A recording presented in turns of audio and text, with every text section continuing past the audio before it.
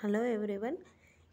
నేను ప్రీవియస్ వీడియోలో degree final ఇయర్లో ఉన్న ఫిఫ్త్ సెమిస్టర్లో సెవెంత్ బి పేపర్ని నేను మీకు ఫస్ట్ యూనిట్ వరకు ఇంట్రడక్షన్ చెప్పానండి.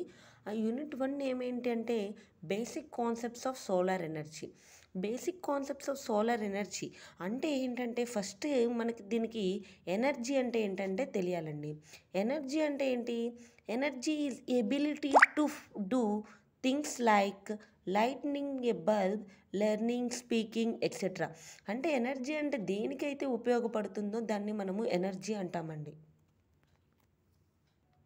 ఓకే, ఈ ఎనర్జీకి యూనిట్స్ వచ్చేటప్పటికి కిలో వాట్స్ పవర్ అవర్ అని చెప్పని తీసుకుంటామండి.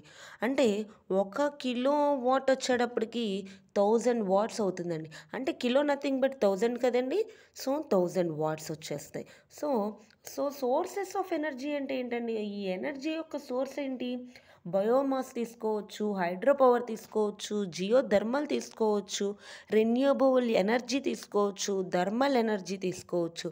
అయితే ఈ ఎనర్జీ యొక్క సోర్సెస్లో నుంచి జియో థర్మల్ కానీ, రెన్యూవబుల్ ఎనర్జీ కానీ, థర్మల్ ఎనర్జీ కానీ, ఈ 3 టాపిక్స్ని మనము రెన్యూవబుల్ సోర్సెస్ ఆఫ్ ఎనర్జీ అని చెప్పని అంటామండి. అయితే ఈ సోలార్ ఎనర్జీ అని మనకి గుర్తుకు కనపడింది అంటే, సోలార్ అని కనపడింది అంటే కనుక మైండ్లో ఒకే ఒక్క పదం స్ట్రైక్ అవ్వాలండి. ఏంటిది అంటే సోలార్ అనగానే సన్ గురించి అని చెప్పని స్ట్రైక్ అవ్వాలి.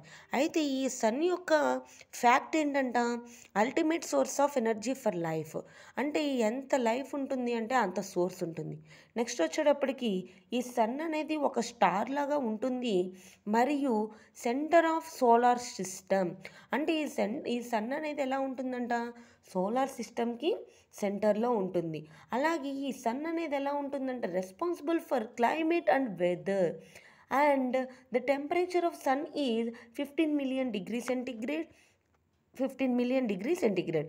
In sun consists of 71% of hydrogen and 29% of helium.